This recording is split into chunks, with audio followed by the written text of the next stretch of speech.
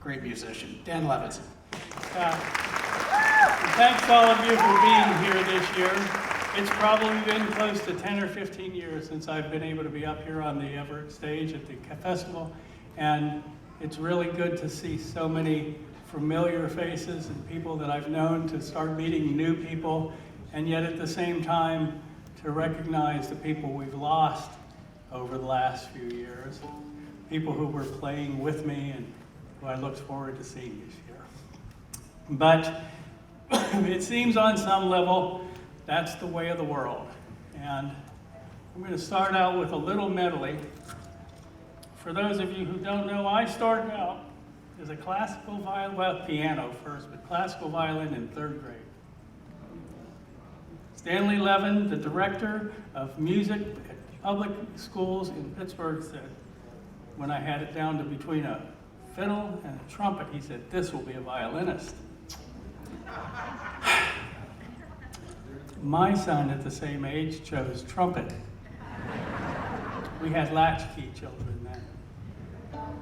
But over the years, I discovered there were more than one way to play instruments. I took up guitar a year later, banjo a few years after that.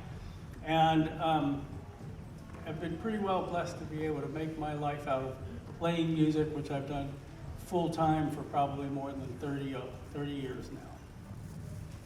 And during that time, probably one of the first years I came to Evart, I also bought a piece of property in southern Ohio, 40 acres, and yes, there was a mule on that land when I bought it.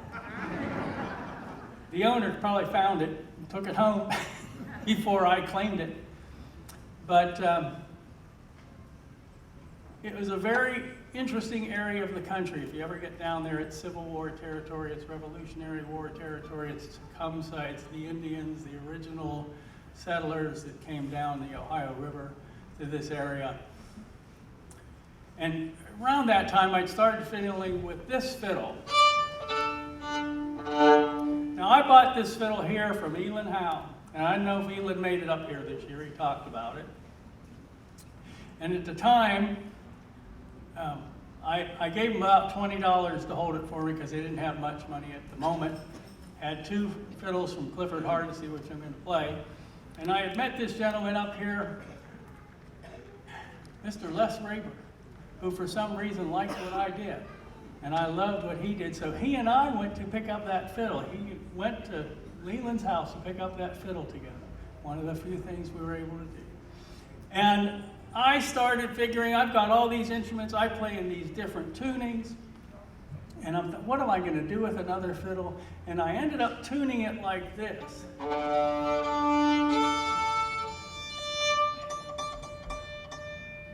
D, D, A, D. Sometimes, those are your lap dulcimer people. They know exactly what I'm playing. And all of a sudden, all these tunes kept coming out of this instrument that I had never even played before. Things like, and I'm thinking, great, classical music again. But the more I thought about it, and the more I thought about where I lived, this was around the time of the Second Gulf War, I believe. We had people going off. Now, I don't know if you know, during the earlier wars, people bought their own equipment. They came from the communities, had to buy everything for themselves, and they would leave, and probably the night before they left to march into the battle, they would have a dance down at the local grange, and right down at the bottom of my hill was the local grange. So I thought, if Mr. Copeland could take this, because he did, he took it from William H. Stepp. He said, I want that piece. Took it note for note to write his whole Rodeo Symphony. I thought, well, I can do the same thing. And I thought about those soldiers leaving at the middle of the night. So we're going to start a little symphony or a suite of my own, because they would have had a dance, and at the last dance, what's always the last dance at the contra dance? A waltz, that's absolutely correct. So I'm going to start with a waltz that was written in this tuning, Midnight on the Water. You probably heard it, but you might not have ever heard it in this tuning. And then we're going to march off to the battle with a tune called Washington's March, which I get from the playing of Ed Hammonds, who was a West Virginia native. Chase off the bad guys with that Boney Parch Retreat, otherwise known as Where's the Beef? And then come home dry into a tune called Dry and Dusty, because they probably were by that moment. And for the lucky ones, they got to dance one more time. And we have a little faster version of the waltz for that. Feel free to dance.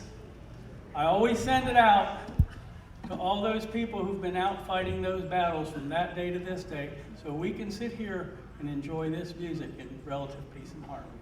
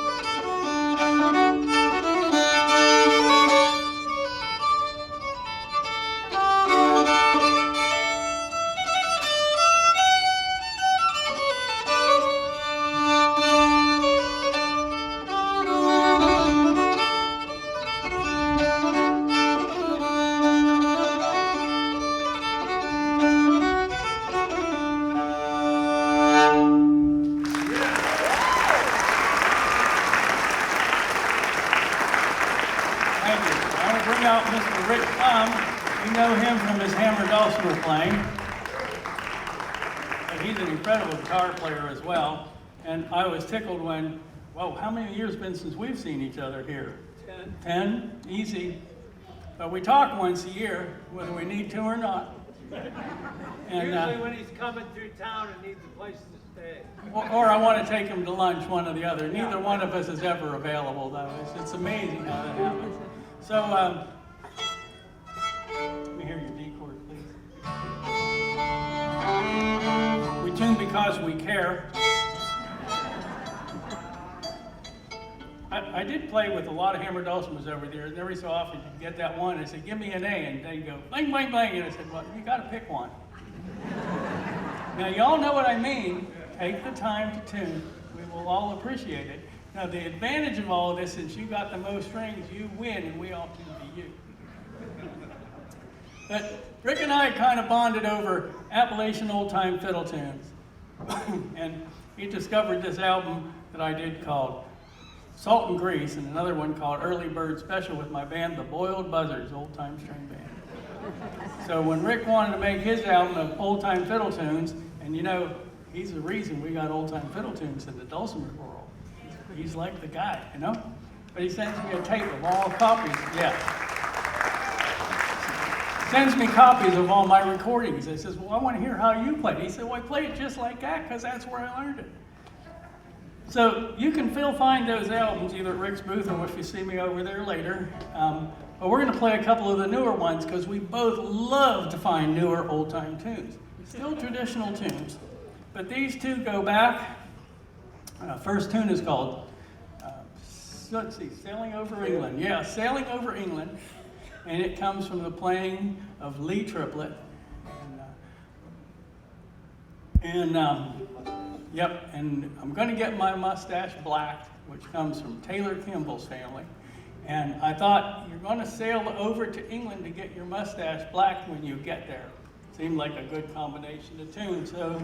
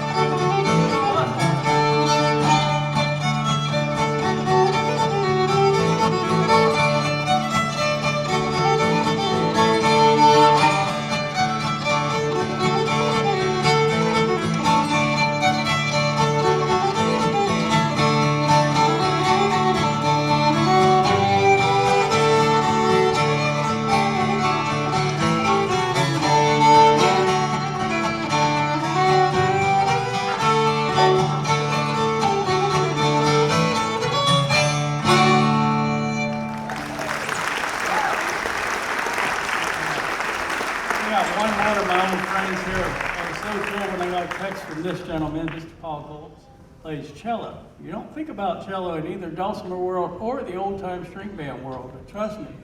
Was it the Easy Street String Band used cello for their bass on the old recordings, and I've always loved that sound. They're there. So this was a fiddle was built for me by Clifford Hardesty. He died at the age of 87. He built almost 215 fiddles in his lifetime. He started building after he left the filling station. This is another one, another fiddle for his. It's tuned to A-E-A-E. Oh wait, I need the D fiddle still. I'm getting ahead of myself. We'll do that next. Let's stick with this. With the battle plan. With the battle plan. Travels with 3 fiddles and a 2-fiddle case. I know. I used to have 4. I got rid of that last one.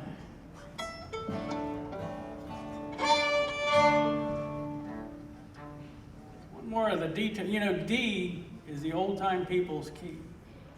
I always start teaching that now. Those last 2 tunes that my students will remember, I've already started them, spreading them around. They learned it in about 20 minutes, so you got something to work on now. We're going to do one more D tune here. What do we got? Do 5 cents. Also Robinson County. I remember all the tunes, but I don't. The hardest part of going from being a banjo player to a fiddle player was I had to remember tune names. As a banjo player, I said, yeah, just start, we'll get it. But maybe another time. Something's out.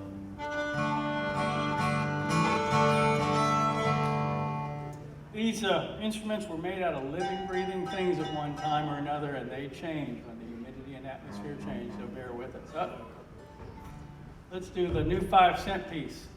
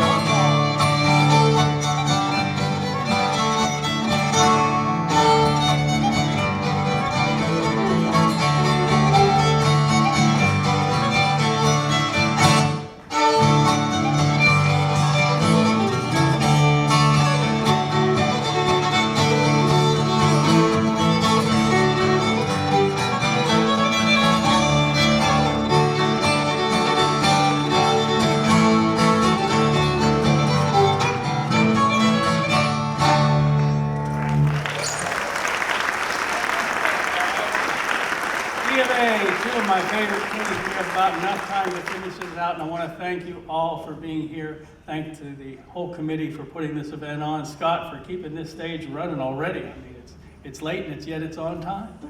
Our sound man who makes it so you hear it and we sound good. A-E-A-E. I lost all my frogs. That's another story. You'll have to ask about that one. Sandy Boys.